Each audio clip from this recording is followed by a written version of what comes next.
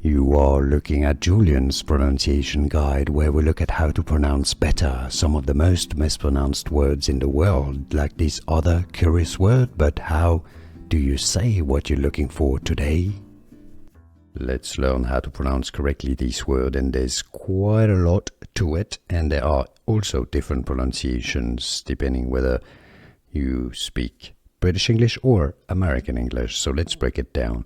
The British English pronunciation, as pronounced in the UK, is as opportunity. It's an O sound, not an O sound. Opportunity. Yes, it's a ch sound, okay, not a t. That's British English. Opportunity. Opportunity.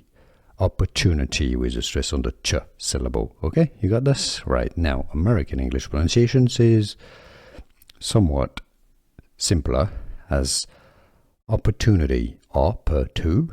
You have a tu sound, a t sound here. Opportunity, with the last t being a flap t pronounced like a d. Opportunity, American English, versus opportunity, British English. Here are more videos on how to pronounce more confusing words and names too many mispronounced. Like this video if you found it useful. I appreciate your support. I'll see you soon, and thanks for watching.